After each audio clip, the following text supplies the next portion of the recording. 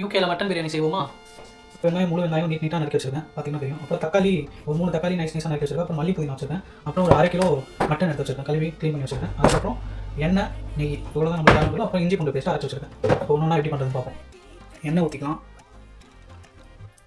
நெய் ஒரு 1.5 ஸ்பூன் நெய் போட்டுக்கலாம். நெய் சூடானதுக்கப்புறம் வெங்காயத்தை போட்டுக்கலாம். ப்ரௌனாக வெங்காயம் வதங்கட்டும். பட்டை, கிராம்பு, ஏலக்காய் எல்லாம் ஒரு 2 இந்த ஸ்டேஜில் இஞ்சி பூண்டு பேஸ்ட் போட்டுக்கலாம். ஓரளவுக்கு வெங்காயம் வதங்கிடுச்சு. ஸ்டேஜில் தக்காளி, மல்லி புதினா அதையும் போட்டுருவோம். நல்லா ஓரளவுக்கு வதங்கி வந்துருச்சு தக்காளி மல்லி புதினாலாம். இந்த ஸ்டேஜில் உப்பு சேர்த்துக்கலாம், தேவையான அளவுக்கு உப்பு. கரம் மசாலா ஒரு சின்ன டீஸ்பூன் அளவுக்கு. மிளகாத்தூள் ஒரு 2 டீஸ்பூன் மிளகாத்தூள். கொஞ்சமாக பிரியாணி மசாலா.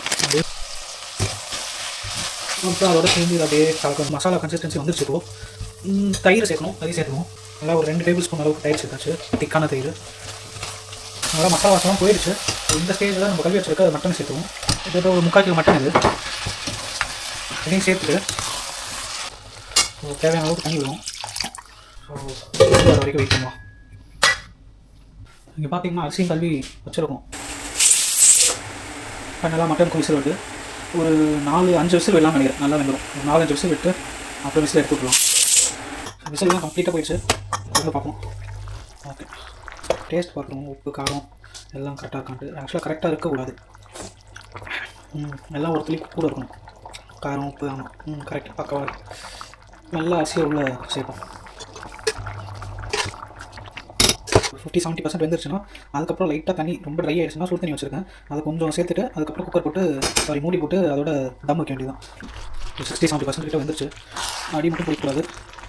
இப்போ என்ன பண்ண போகிறோம், ஹீட்டை கம்மி பண்ணிவிட்டு இதோட தம் போட்டு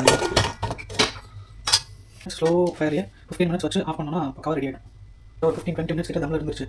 ஸோ இதோட எனக்கு தெரிஞ்சு ப்ரெஷர் ஒன்று ஆஃப் பண்ணிட்டு அப்படியே தொடர்ந்து பார்த்துக்கலாமா? நல்லா தான் வந்திருக்கு. வந்து தண்ணி எதுவும் இல்லைன்னா பார்த்துக்கலாம். தண்ணி எதுவும் இல்லை, பக்காவாக வந்துருச்சு. அதை நம்ம அப்படியே எடுத்து இந்த வண்டியில் ட்ரான்ஸ்ஃபர் பண்ணுவோம்.